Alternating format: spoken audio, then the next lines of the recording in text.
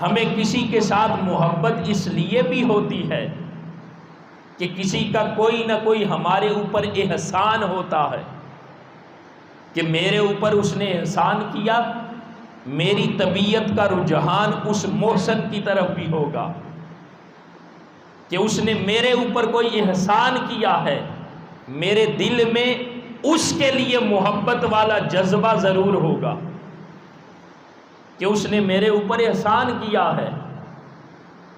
اور دوستان محترم، اگر احسان کو بھی دیکھیں، جو احسان اللہ کے محبوب علیہ السلام کے اپنے غلاموں کے اوپر ہیں، بندہ خدا کو چاہیے کہ تمہارے سب سے بڑے محسن، محسن انسانیت، محسن کائنات حضرت محمد مصطفیٰ صلی اللہ علیہ وسلم کی ذات پاک ہے۔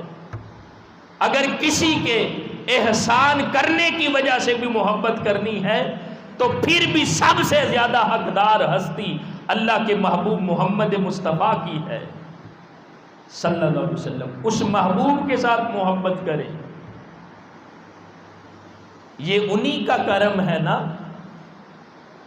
یہ انہی کا احسان ہے جن کے صدقے سے اور جن کے وسیلے سے ہمیں اس دنیا کی زندگی ملی ہے۔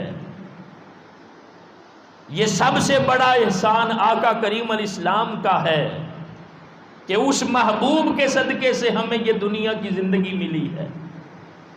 یہ کس کا احسان ہے؟ اللہ کے محبوب کا ہے۔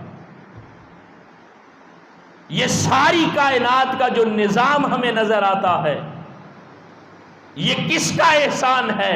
یہ بھی تاجدار کائنات کا احسان ہے، اس لیے کہ یہ سارا کچھ اللہ رب العزت نے اپنے محبوب کی وجہ سے تخلیق کیا ہے۔ تو اے بندہ مومن، اگر تو کسی کے احسان کی وجہ سے محبت کرتا ہے تو آقا کریم علیہ السلام محسن انسانیت ہیں، تو اللہ کے محبوب سے محبت کر جن کے ہر لمحہ اپنے غلاموں کے اوپر احسانات ہیں۔ اور پھر آقا کریم علیہ السلام اپنے غلاموں پر کس قدر احسان فرمانے والے ہیں۔ جب آقا کریم علیہ السلام کی ولادت ہوئی، آقا کریم علیہ السلام اس مادر گیتی پر جب جلوہ گر ہوئے، احادیث کو دیکھیں، آقا کریم علیہ السلام نے پیدا ہوتے ہی اپنا سر انور سجدے میں رکھا ہے، اور دعا کس کے لیے کی ہے؟ اپنی امت کے لیے کی ہے۔ ارے کوئی ایسا محسن بھی ہو سکتا ہے جو پیدا ہوتے ہی خدا کی بارگاہ میں سجدہ کرے اور دعا کرے اپنی امت کے لیے، دعا کرے اپنے غلاموں کے لیے۔ کوئی اس سے بھی بڑھ کر کوئی محسن ہو سکتا ہے؟ اور پھر جب آقا کریم علیہ السلام کا وصال ہوا، آقا کریم علیہ السلام کو لحد مبارک میں اتارا جانے لگا، اس وقت بھی آقا کریم علیہ السلام کو جب قبر انور میں لحد مبارک میں اتارا گیا، صحابی رسول نے آقا کریم علیہ السلام کے چہرہ اقدس کی طرف دیکھا تو حضور کے جو ہونٹ مبارک ہیں وہ جنبش میں ہیں، حرکت میں ہیں۔ صحابی رسول نے جب کان لگا کے سنا تو یہی آواز آتی ہے، اے میرے رب، جو میری امت ہے اس کی بخشش اور مغفرت فرما دے۔